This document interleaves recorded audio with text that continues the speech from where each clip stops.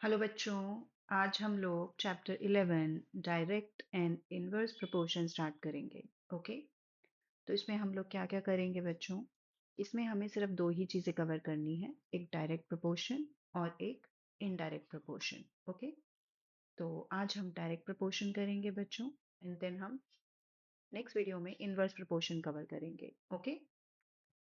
तो अब हम स्टार्ट करते हैं। तो सबसे पहले आपको अंडरस्टैंड करना है कि ये डायरेक्ट प्रोपोर्शन और इनडायरेक्ट प्रोपोर्शन का मतलब क्या होता है। Okay.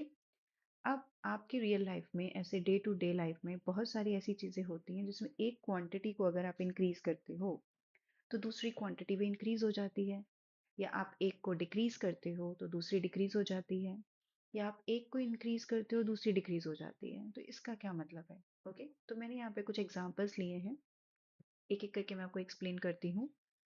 If two students, okay, two students take 20 minutes to arrange chairs for an assembly, then how much time would five students take to do the same job? Okay. अब आप ये सोचो कि अगर दो स्टूडेंट्स जो हैं उनको 20 मिनट लगते हैं चेयर्स को अरेंज करने में। ओके। अब अगर यहाँ पे पांच स्टूडेंट्स हो जाएं तो वो सेम काम करने के लिए कितना टाइम उनको लगेगा? तो ऑब्वियस है ना बच्चों, अगर उनको ज़्यादा हेल्प मिलेगी, अगर ज़्यादा बच्चे अरेंज करेंगे तो जल्दी चेयर्स अरेंज हो जाएंगी, तो टाइम कम लगेगा। ओके। और अगर स्टूडेंट्स कम होंगे और चेयर्स अरेंज करनी है तो उनको टाइम ज़्यादा लगेगा। Okay. So variation in one quantity bringing in variation in the other quantity. तो अगर हमारे पास दो क्वांटिटी थी यहाँ पे, एक था नंबर ऑफ स्टूडेंट्स और एक था टाइम। अगर हमने नंबर ऑफ स्टूडेंट्स में चेंजेस किया तो आपके टाइम में भी चेंज आएगा। ओके। अब वो या तो इंक्रीज होगा या डिक्रीज होगा, depend on the situation. Okay.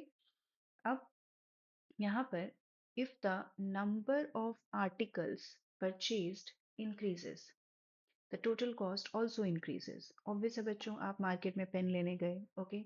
आपने एक पेन लिया, आपने 10 रुपीज पे किए। अब आप 5 पेन लोगे तो आपको 50 रुपीज पे करने पड़ेंगे। अगर आप नंबर ऑफ पेन को बढ़ा दोगे तो आपकी जो कॉस्ट है वो भी इंक्रीज हो जाएगी। ओके। और अब मैं क्या करती हूँ, मैं 5 की जगह अगर 3 पेन लेती हूँ तो मुझे 30 रुपीज पे करने पड़ेंगे। तो अभी मैंने नंबर ऑफ पेन को डिक्रीज कर दिया, तो मेरी कॉस्ट भी क्या हो गई, डिक्रीज हो गई। ओके। नेक्स्ट एग्जाम्पल है यहाँ पे, more the money deposited in a bank more is the interest earn.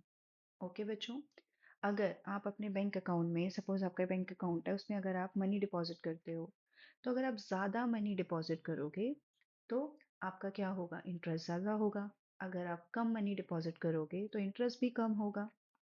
Okay. Next example है हमारे पास, as the speed of a vehicle increases, the time taken to cover the same distance decreases. Okay? अब अगर आपने vehicle की speed बढ़ा दी, okay, तो obvious है कि आपको जो टाइम पे सेम डिस्टेंस कवर करने में जो टाइम पहले लग रहा होगा उससे कम टाइम लगेगा। तो क्या हुआ, स्पीड में चेंज आया तो टाइम में भी चेंज आया। ओके। नेक्स्ट है हमारे पास, for a given job more the number of workers, less will be the time taken to complete the work. Okay. अगर एक काम है, सपोज जैसे ये सेम काम है, यहाँ पे दो बच्चे काम कर रहे थे तो 20 मिनट लग रहे थे। अब अगर आप यहाँ पर स्टूडेंट्स बढ़ा दोगे, उसी तरीके से अगर आप किसी काम में वर्कर्स बढ़ा दोगे तो टाइम कम लगेगा। ओके। तो यहाँ पे क्या है, change in one quantity leads to change in the other quantity. Okay. तो एक क्वांटिटी में चेंज आएगा और दूसरी क्वांटिटी में चेंज आएगा। तो इसमें से कुछ एग्जांपल्स वो हैं बच्चे जो डायरेक्ट प्रोपोर्शन के हैं, और कुछ हैं जो इनवर्स प्रोपोर्शन के हैं। ओके। तो अब हम यहाँ पे स्टार्ट करते हैं डायरेक्ट प्रोपोर्शन। तो डायरेक्ट प्रोपोर्शन क्या होता है? डायरेक्ट प्रोपोर्शन होता है two quantities are in direct proportion. Okay. If one increases the other also increases. अगर एक बढ़ रहा है तो दूसरा भी इंक्रीज होगा। If one decreases the other also decreases. एक डिक्रीज हो रहा है तो दूसरा भी डिक्रीज होगा। ओके। जैसे मैंने आपको भी पेन का एग्जाम्पल दिया था, अगर आप मार्केट में पेन लेने जा रहे हो, आपने एक पेन 10 रुपए का लिया। अगर आप दो पेन लोगे तो आप 20 रुपीज पे करोगे। आप 3 पेन लोगे तो आप 30 रुपीज पे करोगे। तो अगर आप pen number of pens increase करोगे तो उनकी जो कॉस्ट है वो भी इंक्रीज हो जाएगी। ओके।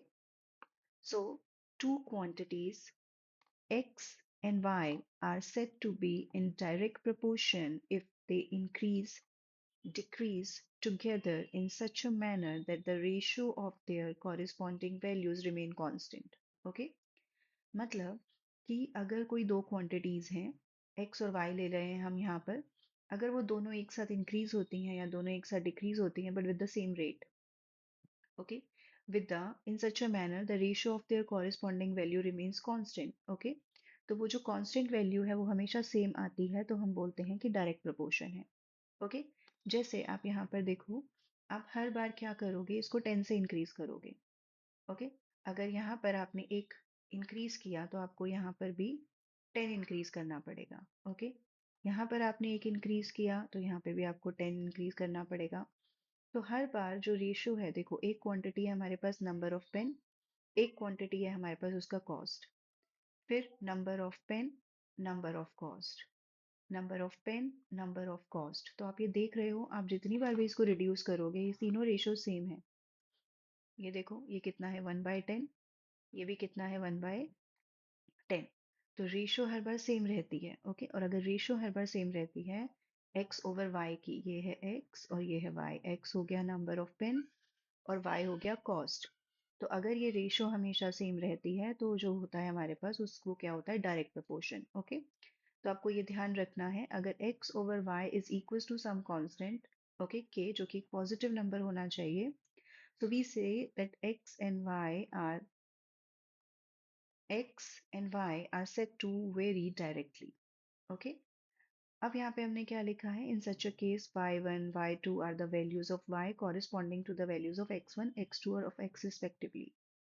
मतलब जैसे ये x है तो ये x1 हो गया, ये x2 हो गया, ये x3 हो गया, ये नीचे वाला बच्चों y1 हो गया, y2 हो गया, y3 हो गया. ओके, इस तरीके से.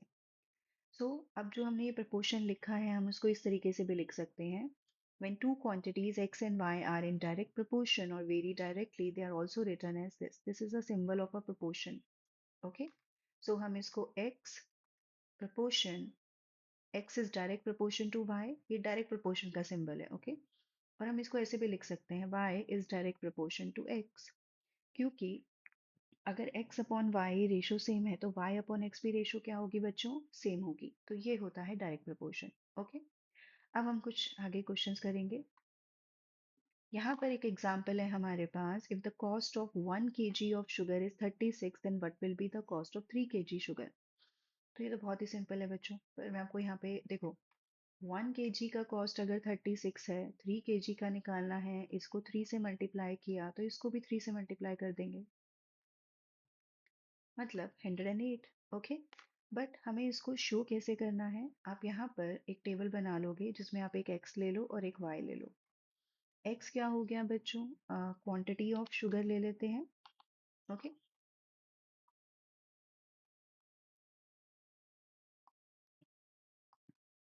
क्वांटिटी ऑफ शुगर, जिसको आप ब्रैकेट में लिख दोगे कि हमने क्या लिया है इन kg. जैसे मैं आपको शो कर रही हूँ आपको भी अपना आंसर बिल्कुल वैसे ही शो करना है. ओके, और कॉस्ट इन रुपीस. अब आप यहाँ पर देखो, इसको हम ऐसे एक टेबल बना लेंगे.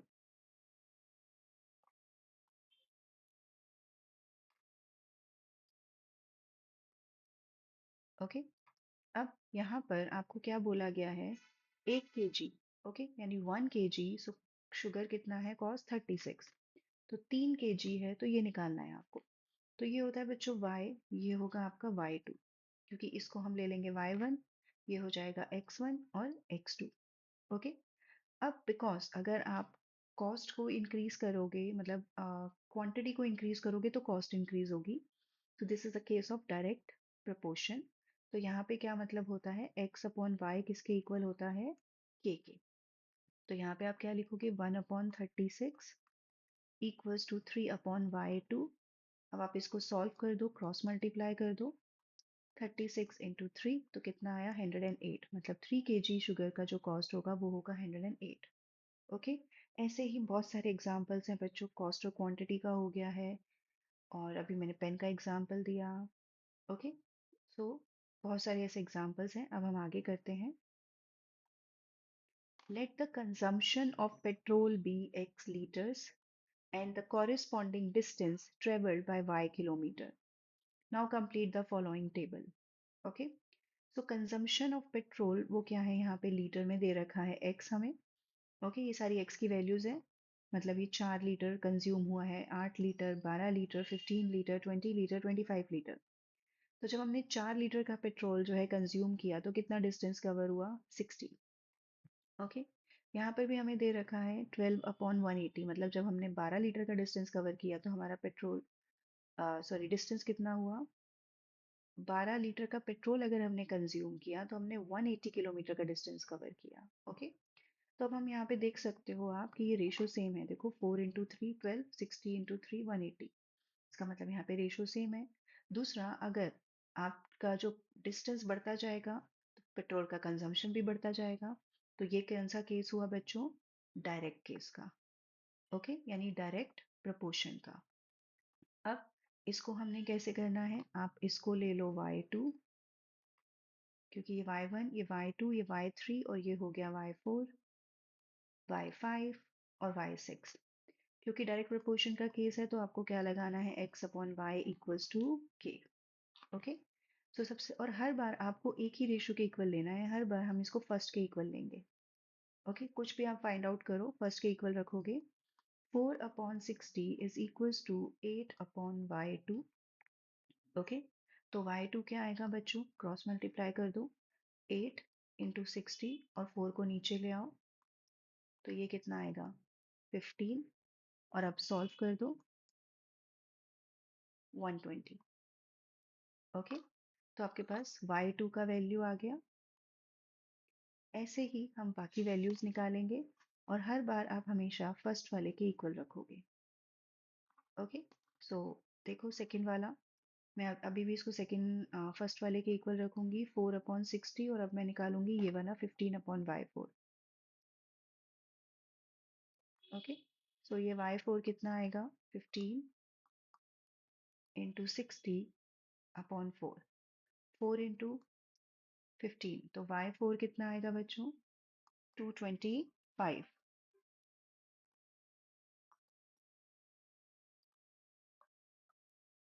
ओके, अब हम थर्ड निकालेंगे।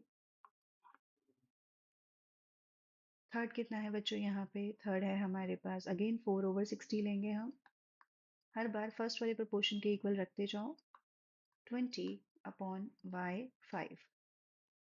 अब y5 कितना आएगा, 60 × 20 / 4, 4 × 5 20।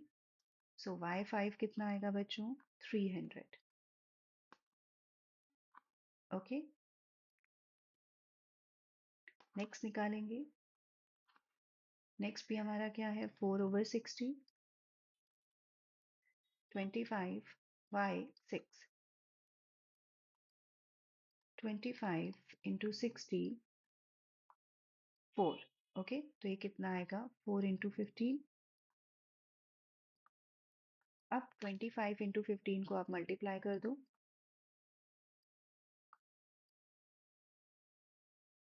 तो ये आएगा 375। ओके बच्चों, तो ये हमारे पास जो है ये वैल्यूज आ गई हैं और ये टेबल कंप्लीट हो गया है। ओके, अब हम आगे करते हैं। Thus variables increasing or decreasing together need not always be in direct proportion। ये मैं आप लोग को ऑलरेडी बता चुकी हूँ कि अगर वैल्यूज इंक्रीज और डिक्रीज हो रही हैं एक साथ तो हर बार वो डायरेक्ट प्रोपोर्शन का केस नहीं होता है। लेकिन यहाँ पे भी डिफरेंट है, मतलब यहाँ पर वैल्यूज जो होंगी इंक्रीज भी हो रही होंगी दोनों एक साथ, लेकिन फिर भी वो डायरेक्ट प्रोपोर्शन का केस नहीं होगा। कैसे, देखते हैं हम। ओके, देखो, physical changes in human beings occur with the time but not necessarily in a predetermined ratio। Okay, कभी अगर हमारा कोई वेट बढ़ रहा है या कोई और हमें फिजिकल चेंजेस आ रहे हैं ह्यूमन बीइंग्स में, तो वो टाइम के साथ आते हैं। तो वो जो रेशो होती है वो हमेशा सेम नहीं होती है। जैसे डायरेक्ट प्रोपोर्शन में आपके जो कांस्टेंट रेशो होती है वो सेम होती है, जो कि इस केस में नहीं होगा। चाहे टाइम इंक्रीज हो रहा है, चेंजेस बढ़ रहे हैं, लेकिन रेशो सेम नहीं होता है। ओके बच्चों, changes in weight and height among individuals are not in any known proportion। obvious है कि वेट और हाइट अगर दोनों चेंज होते हैं तो उनका रेशो सेम नहीं होता है। Okay, and there is no direct relationship और ratio between the height of a tree and the number of leaves growing on its branches। okay, जैसे अगर ट्री का हाइट जिस स्पीड से बढ़ रहा है उतने स्पीड से नंबर ऑफ लीव्स नहीं इंक्रीज हो रहे हैं, या हम ये बोलें कि नंबर ऑफ लीव्स जिस स्पीड से इंक्रीज होते हैं ट्री का हाइट उस स्पीड से नहीं बढ़ता है। ओके, अब हम आगे करते हैं। सो यहाँ पर observe the following tables and find if x and y are directly proportion. Okay, अगर इन सब की रेशो सेम है ना बच्चों तो ये सब डायरेक्टली प्रोपोर्शन है। देखो इसकी रेशो क्या है 1/2, इसकी भी रेशो क्या है 1/2, 1/2, ये भी क्या है 1/2, ये भी 1/2 है बच्चों, ये भी 1/2 है और ये भी 1/2 है। ओके, तो इस वाले केस में आपका x अपॉन वाई जो है, जो k है, वो आपका क्या है 1/2। तो ये डायरेक्ट प्रोपोर्शन का केस है। ओके, नेक्स्ट 6/4 क्या है बच्चों यहाँ पे 3/2, और ये कितना है 5/4। तो यहाँ पे तो ये दोनों सेम आ ही नहीं रहे हैं, तो ये डायरेक्ट प्रोपोर्शन का केस नहीं है। नेक्स्ट ये कितना है 1/3, ये भी कितना है 1/3, ये भी कितना है 1/3, बट ये कितना है 1/4। ओके, तो ये भी डायरेक्ट प्रोपोर्शन का केस नहीं है। ओके, अब हम आगे करेंगे। अब हम एक्सरसाइज करेंगे 11.1। Following are the car parking charges near a railway station. Okay, up to 4 hours, 8 hours, 12 hours, 20 hours. Check if the parking charges are in direct proportion to the parking time. Okay, so parking charges को हम यहाँ पे ले लेते हैं बच्चों x, क्योंकि हमारे पास दो क्वांटिटीज हैं, एक को आप x और y ले लो जो कि रुपीस में दे रखे हैं हमें, और हमें यहाँ पे पार्किंग टाइम दे रखा है। तो दो क्वांटिटीज को हमने ले लिया है x और y, और टाइम हमें आवर्स में दे रखा है। अब यहाँ पर पार्किंग चार्जेस कितने हैं 4 आवर्स, सॉरी पार्किंग चार्जेस है हमारे पास। ओके, अगर हम पार्किंग टाइम ऊपर ले लेते तो थोड़ा बेटर हो जाता, पर चलो अभी हम ऐसे ही कर लेते हैं इसको। 4 आवर्स, 8 आवर्स, 12 आवर्स और 24। ओके, और चार्जेस कितने हैं 60, 100, 140 और 180। ओके, अब आपको क्या करना है, आपको इन सब की रेशो चेक करनी है। अगर रेशो सेम आ रही है तो ये डायरेक्ट प्रोपोर्शन है। तो ये x है बच्चों, ये x1, ये x2, ये x3 और ये x4 होगा। ओके, और ये हमारा y1, y2, y3 और y4 होगा। ओके, ये आप ऐसे लिख के मत दिखाना, यहाँ पे ही लिखेंगे हम सीधा x1 अपॉन y1 60/4 कितना आ रहा है 15। Okay, x2 upon y2 100/8। Okay, इसको डिवाइड करेंगे तो ये आएगा 12.50। फिर x3 y3 ये कितना आएगा 140/12। इसको डिवाइड करेंगे 12 times 112, then again 12 times 112, 8 12 6 72 and then 7। Okay, और वैसे हमें आगे निकालने की ज़रूरत तो नहीं है लेकिन हम सारे शो करेंगे। ओके, नेक्स्ट है x4/4। ओके, तो वो कितना आएगा बच्चों 180/24। तो ये आएगा आपका 24,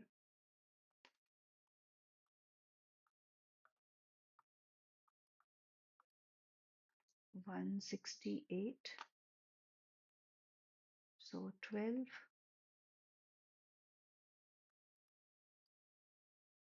सो 5 7.50 ओके।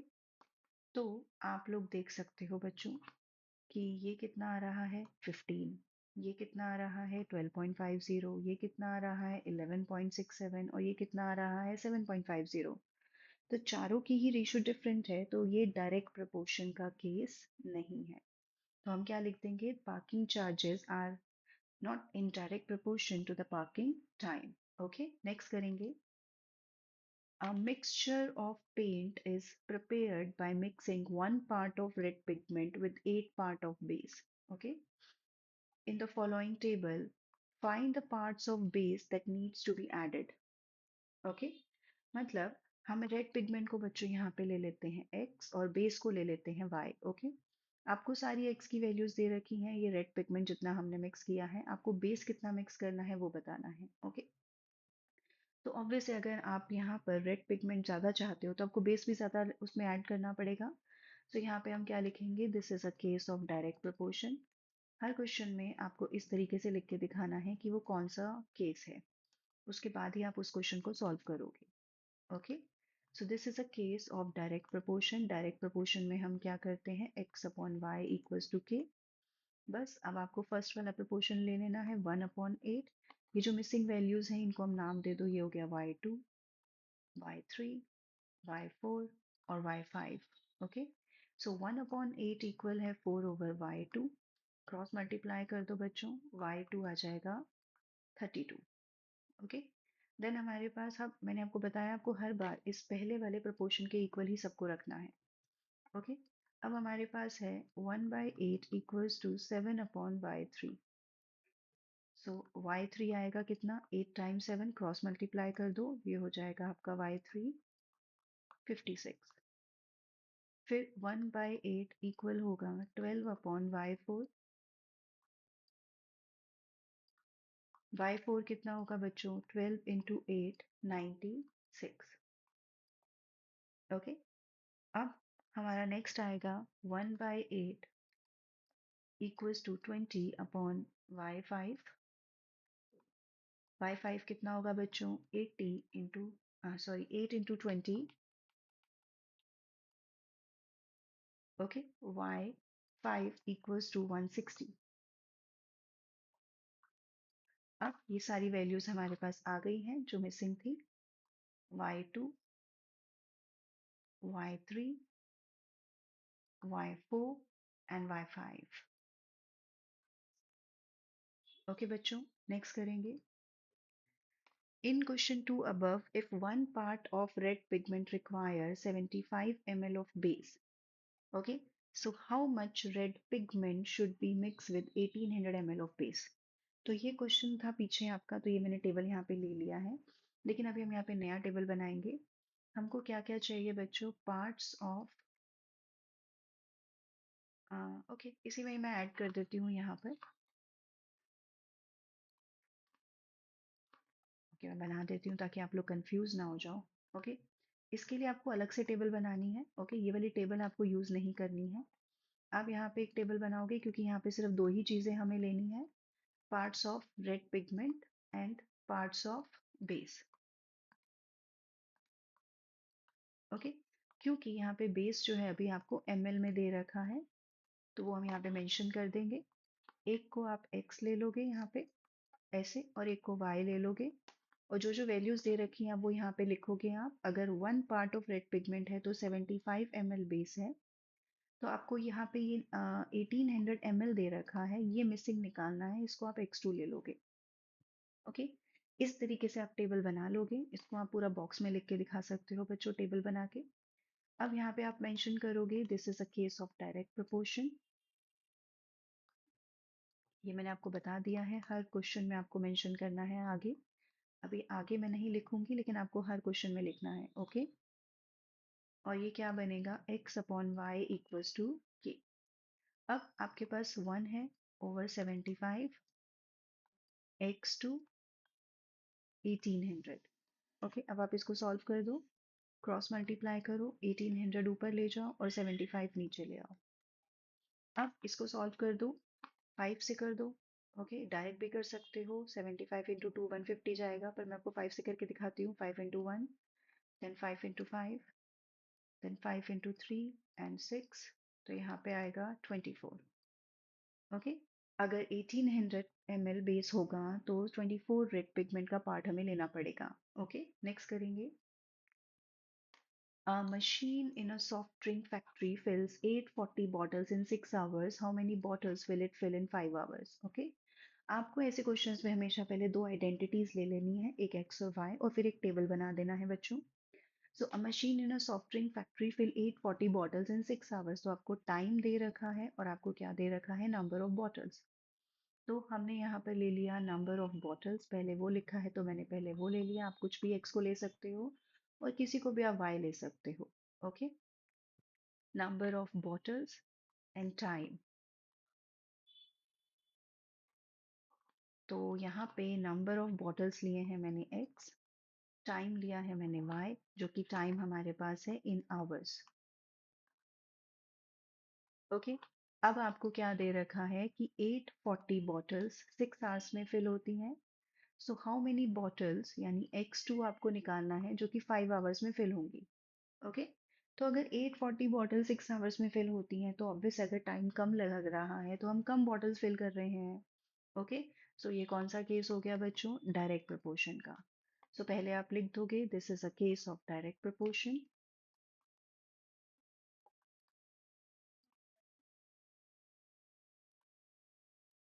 तो ये क्या आएगा, x by y equals to k. Okay, अब x का वैल्यू क्या है बच्चों यहाँ पर, 840 upon 6 equals to x2 by 5। Okay, और अगर आप चाहो तो इसको ऐसे भी लिख सकते हो, पहले x1 upon y1, x2 upon y2, ऐसे भी लिख सकते हो। ओके, अब आप क्रॉस मल्टीप्लाई करो, 840 इंटू 5 और यहाँ पे आएगा 6। ओके, अब आप इसको सॉल्व कर दो, ये कितना आएगा, 6 इंटू 1 6, देन आपका ये आएगा 40। सो 140 टाइम्स 5 700, मतलब 5 घंटे में आप 700 बॉटल्स फिल करोगे। ओके, अब हम नेक्स्ट करेंगे। A photograph of a bacteria enlarged 50,000 times attains a length of 5 centimeter as shown in the diagram. What is the actual length of the bacteria? If the photograph is enlarged 20,000 times only, then what would be its enlarged length? Okay? So बच्चों इसको दो parts में divide किया हुआ है, पहले हम निकालेंगे actual length of the bacteria. Okay, so यहाँ पर आपको ये बोला गया है कि अगर आप एक फोटोग्राफ जो है बैक्टीरिया की उसको 50,000 टाइम्स एनलार्ज करते हो, तो एनलार्ज करने के बाद उसका जो लेंथ है वो 5 सेंटीमीटर आता है। मतलब उसकी जितनी भी एक्चुअल लेंथ होगी उसको आप 50,000 टाइम्स करोगे तो आपको 5 सेंटीमीटर का लेंथ दिखेगा। ओके, तो मैं यहाँ पे लेट कर रही हूँ कि जो एनलार्ज लेंथ है ना वो एक्स है। अभी हम इसका टेबल भी बनाएंगे, लेकिन क्योंकि ये दो पार्ट्स में डिवाइडेड है तो इसको ऐसे करना पड़ेगा। ओके, अब आप क्या करोगे, देखो आप 50,000 50,000 आप एक्चुअल लेंथ को जब बढ़ाओगे ना, उसका 50,000 टाइम्स करोगे तो जाके आपको 5 सेंटीमीटर का लेंथ मिलेगा। ओके, तो एक्चुअल लेंथ ऑफ बैक्टीरिया कितना हो जाएगा, आपको मैंने क्या किया, 50,000 into times of actual length किया जो कि इक्वल्स टू 5 सेंटीमीटर होगा। तो एक्चुअल लेंथ होगा 5/50,000। ओके, अब 5/50,000 कितना हो गया बच्चों, 1/10,000। अब आप लोग ऑलरेडी एक्सपोनेंट एंड पावर कर चुके हो, तो 1/10,000 का क्या मतलब है, 1/10 raised to power 4, और ऊपर जाके ये पावर हो जाएगी नेगेटिव। ओके, तो ये हो गई इसकी एक्चुअल लेंथ। ओके, तो हमने एक पार्ट का आंसर निकाल लिया है। ओके, अब हमें बोला गया है कि अगर photograph is enlarged 20,000 times only, then what would be its enlarged length? Okay, अब हम टेबल बनाएंगे यहाँ पर, और यहाँ पर हम क्या लिखेंगे, इसकी एक हम enlarged लेंथ लेंगे जो कि हमने यहाँ पर x लिया है। सो यहाँ पर लिखा है फोटोग्राफ इज enlarged, तो मैं यहाँ पे ले लेती हूँ enlarged photograph,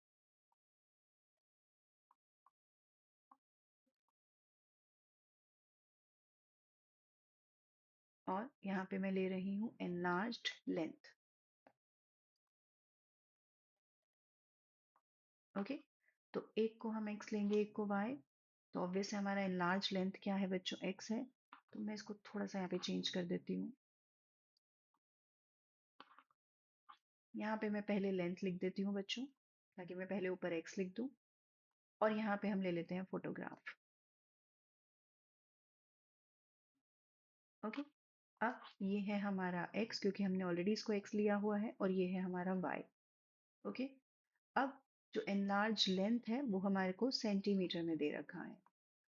ओके, तो जब हमारा एनलार्ज लेंथ 5 था, तो हमने उसको कितना टाइम्स एनलार्ज किया था, 50,000। ओके, अब अगर हम उसको 20,000 टाइम्स एनलार्ज करते हैं, तो हमें x2 का वैल्यू निकालना है। ओके, सो अब ये ऑब्वियस है बच्चों, कौन सा केस है, डायरेक्ट प्रोपोर्शन का। तो हम क्या लिखेंगे, x upon y equals to k। Okay, this is a case of direct proportion. Then आप लोग ये लिखोगे, और अब हम इसको लिख देंगे यहाँ पे x1 upon y1, x2 upon y2। और अब हम इसको सॉल्व करेंगे। ओके, अब सॉल्व कैसे करेंगे, ये जो चार जीरोज हैं इसको मैंने यहीं कट कर दिया, 5 से 5 कट कर दिया, 2 ऊपर चला जाएगा क्रॉस मल्टीप्लाई होके। सो x2 आएगा बच्चों 2 सेंटीमीटर। मतलब आप जब इसको एनलार्ज करोगे 20,000 टाइम्स, तो 2 सेंटीमीटर का लेंथ हमें मिलेगा। ओके, अब हम नेक्स्ट करेंगे।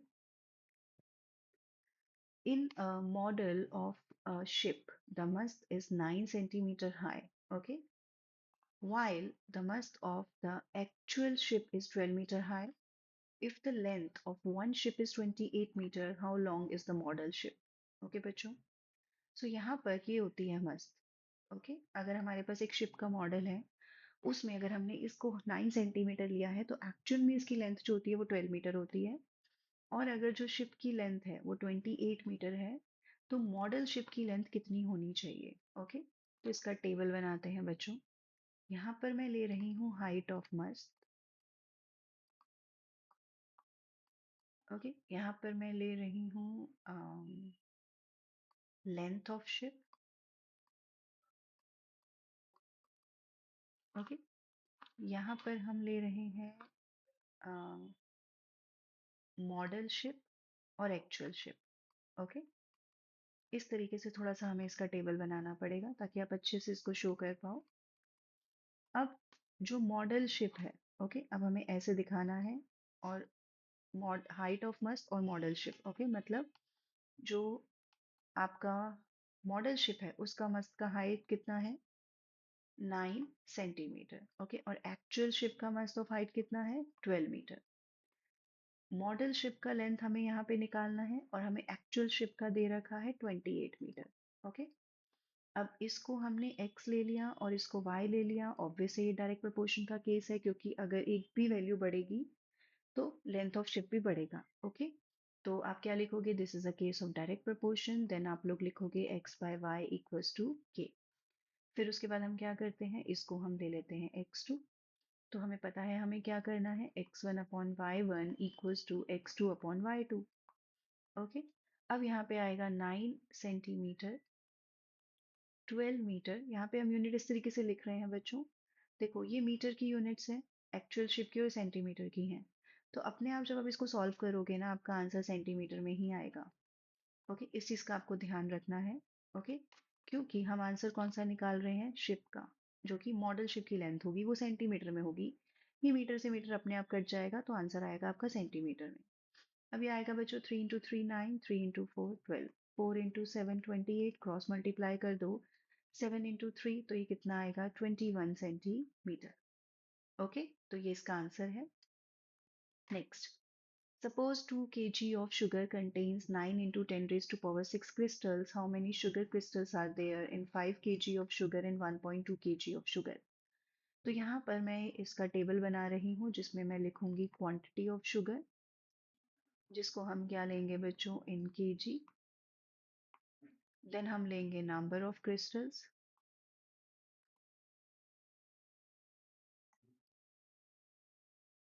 ओके, और एक को हम लेंगे x और एक को हम लेंगे y। ये हो गया हमारा x, ये हो गया हमारा y। ओके, अब सपोज 2 kg ऑफ शुगर है, तो हमारे पास है 9 × 10 raised to power 6 क्रिस्टल्स। अब आपको 5 kg ऑफ शुगर और 1.2 kg ऑफ शुगर के लिए इसको निकालना है। तो ये हो जाएगा बच्चों y2 और ये हो जाएगा y3। और क्योंकि अगर आप शुगर की क्वांटिटी बढ़ाओगे तो नंबर ऑफ क्रिस्टल्स भी बढ़ेंगे, तो ये केस है डायरेक्ट का, जो कि x/y = k है। ओके, तो अब हम पहले पार्ट के लिए सॉल्व करते हैं 5 kg ऑफ शुगर के लिए। तो क्या आएगा यहाँ पे, x1/y1 = x2/y2। ओके, तो ये होगा बच्चों 2/9 × 10⁻⁶ = 5/y2। ओके, तो अब हम इसको सॉल्व करेंगे। सो y2 क्या होगा, क्रॉस मल्टीप्लाई करो, 9 × 5 × 10⁻⁶ / 2। 9 × 5 है बच्चों 45, इंटू 10⁻⁶ / 2। 45 को आप 2 से डिवाइड करोगे तो आपके पास आएगा 22.5 इंटू 10⁻⁶। क्योंकि ये आपका 10⁻⁶ की फॉर्म में है, तो आंसर हमें स्टैंडर्ड फॉर्म में देना पड़ेगा। हमें पता है कि कैसे देते हैं, ऑलरेडी हम एक्सपोनेंट एंड पावर में कर चुके हैं। तो इसको आप 2.25 बनाओगे और एक पावर इंक्रीज कर दोगे 10⁻7। ओके, तो ये है बच्चों फर्स्ट पार्ट का आंसर। अब हम करते हैं इसका सेकेंड पार्ट। सेकेंड पार्ट में हमें y3 निकालना है, तो हम क्या लिखेंगे, x1/y1। मैंने आपको बोला है आपको हमेशा फर्स्ट रेशो से ही लेना है। x1/y1 x3/y3। ओके, सो यहाँ पे आएगा 2, 9 × 10⁻⁶, 1.2 y3। अब इसको क्रॉस मल्टीप्लाई कर दो, तो ये आएगा 1.2 × 9 × 10⁻⁶ डिवाइडेड बाय 2, 1.2। ओके, अब आप क्या करो, इसको यहाँ से कैंसिल कर दो, ये आएगा 0.6। ओके, और 0.6 कितना होगा, उसको 9 से मल्टीप्लाई करोगे तो 5.4 इंटू 10⁻⁶। ओके, और ये ऑलरेडी आपका स्टैंडर्ड फॉर्म में है बच्चों, तो यही इसका आंसर होगा। Next, Rashmi has a road map with a scale of 1 centimeter representing 18 kilometer. Okay, she drives on a road for 72 kilometer. What would be her distance covered in the map? तो यहाँ पे आपको दो चीजें दे रखी हैं, एक मैप का डिस्टेंस और एक एक्चुअल डिस्टेंस। तो टेबल बनाते हैं बच्चों। मैप का डिस्टेंस, ओके, जो कि आपको सेंटीमीटर में दे रखा है, और एक हम बनाएंगे एक्चुअल डिस्टेंस, जो कि हमें किलोमीटर में दे रखा है। ओके, एक हम ले लेंगे x, एक हम ले लेंगे y। ओके, अब हमें क्या बोला गया है कि मैप का जो डिस्टेंस है, अगर वो 1 सेंटीमीटर है तो एक्चुअल डिस्टेंस 18 किलोमीटर है। तो अगर एक्चुअल डिस्टेंस 72 किलोमीटर है, so what will B her distance covered in the map. Okay, तो इसको मैंने यहाँ पे ले लिया x2। तो ऑब्वियस है बच्चों कि अगर आपका एक्चुअल डिस्टेंस बढ़ रहा है तो मैप का डिस्टेंस भी बढ़ेगा। So this is a case of direct proportion, x/y = k। तो क्या रखना है हमें, x1/y1 x2/y2। और अब हम इसको सॉल्व करेंगे। 1/18 = x2/72। ओके, क्रॉस मल्टीप्लाई कर दो, x2 72/18, 18 टाइम्स 472, तो ये आएगा बच्चों 4 सेंटीमीटर। मतलब अगर 72 किलोमीटर उसका एक्चुअल डिस्टेंस है तो मैप पे उसका डिस्टेंस 4 सेंटीमीटर होगा। ओके, नेक्स्ट करेंगे। A 5 meter 60 centimeter high vertical pole cast a shadow 3 meter 20 centimeter long.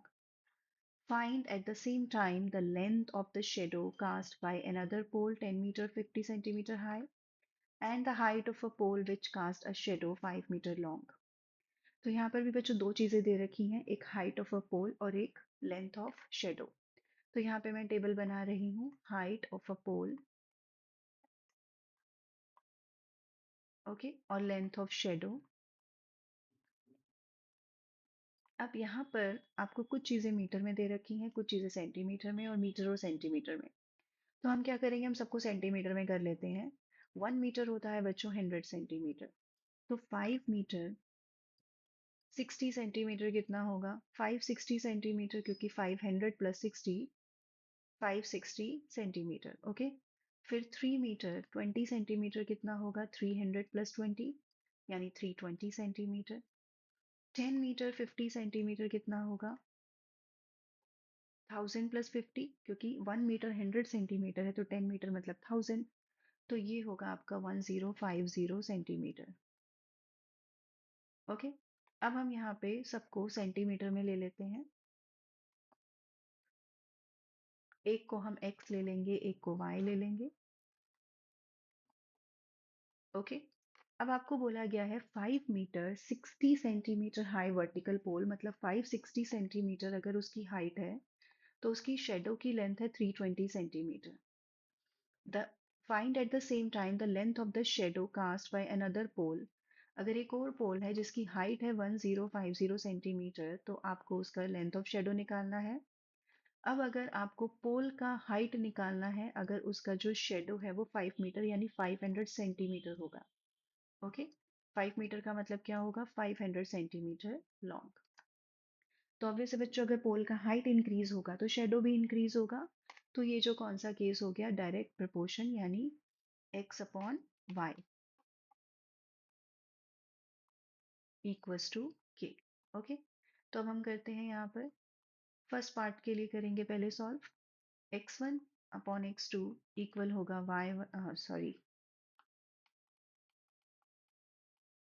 x1/y1 equal होगा x2/y2। ओके। अब हम यहाँ वैल्यूज डाल देंगे। x1 का मतलब है 560, y1 का मतलब है 320, x2 का मतलब है यहाँ पर हमें 1050 दे रखा है और हमें निकालना है y2। ओके। तो y2 क्या होगा? क्रॉस मल्टीप्लाई करो, 1050 320 डिवाइडेड बाय 560। ओके, इसको हम सॉल्व करेंगे। ये जीरो से जीरो मैंने कट कर दिया, ये जीरो से जीरो मैंने कट कर दिया, फिर मैंने इसको 4 से कट किया, 4 × 1 4, 4 × 4 16 और 4 × 8। ओके। अब मैंने इसको 7 से कट किया, 7 × 2 7 × 1 और ये 150, और फिर मैंने इसको 2 से कट किया, 4। ओके। तो ये कितना आया? 600 सेंटीमीटर, और आप इसको 6 मीटर भी लिख सकते हो। ओके। अब सेकेंड वाला करेंगे। हमें x3 निकालना है, तो x1/y1 x3/y3। ओके। अब हम यहाँ वैल्यूज डाल देंगे इसकी। सो x1 तो वही है हमारा 560, और 320 का रेशो लेना है आपको, और यहाँ पे आपको निकालना है x3/500। ओके। अब हम इसको सॉल्व करेंगे। तो मैंने क्रॉस मल्टीप्लाई कर लेते हैं पहले। 560 × 500/320, ओके, जो कि किसके इक्वल होगा? x3 के। तो अब हम इसको सॉल्व करते हैं बच्चों। ये जीरो से जीरो कैंसिल, अगेन 4 × 8, और ये कितना आएगा? 140। ओके। तो ये आएगा मेरे पास 140, 14 × 5 आएगा 70, 7000 डिवाइडेड बाय 8। इसको हम सॉल्व करेंगे। 8 × 8 64, 8 × 7 875 सेंटीमीटर, यानी ये होगा 8 मीटर 75 सेंटीमीटर। ओके बच्चों, 8 मीटर 75 सेंटीमीटर। तो अब हम नेक्स्ट करेंगे। A loaded truck travels 14 kilometer in 25 minutes. If the speed remains the same, how far can it travel in 5 hours? सो एक लोडेड ट्रक है बच्चों, जो कि 14 किलोमीटर ट्रेवल करता है 25 मिनट्स में। अगर उसकी स्पीड में कोई चेंज नहीं आता है, तो वो 5 आवर्स में कितना ट्रेवल करेगा? अगर स्पीड में कोई चेंज नहीं आता है ना बच्चों, तो ये केस होता है डायरेक्ट प्रोपोर्शन का। ओके। इस चीज का आपको ध्यान रखना है। अगर स्पीड में चेंज आएगा तो ये डायरेक्ट प्रोपोर्शन का केस नहीं होगा। ओके। अब मैं पहले टेबल बनाऊंगी। ये मुझे बाद में लिखना था, पर मैंने आपको बताने के लिए पहले लिखा है। ओके। तो अब यहाँ पे डिस्टेंस कवर्ड है और टाइम टेकन है। तो हमने यहाँ पे लिया डिस्टेंस कवर्ड और time taken. Okay. Time taken है हमारे पास, हम आवर्स मिनट्स में ले लेते हैं इसको, और डिस्टेंस को हमने ले लिया किलोमीटर में। एक को आप ले लो x, एक को आप ले लो y। अगर 14 किलोमीटर का डिस्टेंस है तो 25 मिनट्स लगते हैं। अब आपको डिस्टेंस निकालना है यहाँ पे, how far it can travel means x2 निकालना है। अब 5 घंटे आपको दे रखे हैं तो उसको मिनट्स में कन्वर्ट करना पड़ेगा। अगर 1 आवर 60 मिनट्स है तो 5 आवर्स मिनट में कितना होगा, 5 × 60 यानी 300 मिनट। बिकॉज यहाँ पे टाइम हमने मिनट में लिया है तो ये आएगा 300 मिनट्स। ओके, अब ये डायरेक्ट प्रोपोर्शन का केस है, x/y = k। तो ये कितना होगा, 14/25 मीन्स x1/y1 = x2/y2। ओके, सो 14/25 x2/300 क्रॉस मल्टीप्लाई करोगे तो ये क्या बनेगा, 14 × 300 डिवाइडेड बाय 25। और अब ये होगा 25 × 12। और अब हम इसको सॉल्व कर देंगे, 14 × 2 28 और 14, तो ये बनेगा बच्चों 168 किलोमीटर। मतलब 300 मिनट में 168 किलोमीटर का डिस्टेंस कवर होगा। ओके, तो आज हमने डायरेक्ट प्रोपोर्शन कंप्लीट किया है बच्चों विद एक्सरसाइज। तो आज हम इतना ही करेंगे। Thank you.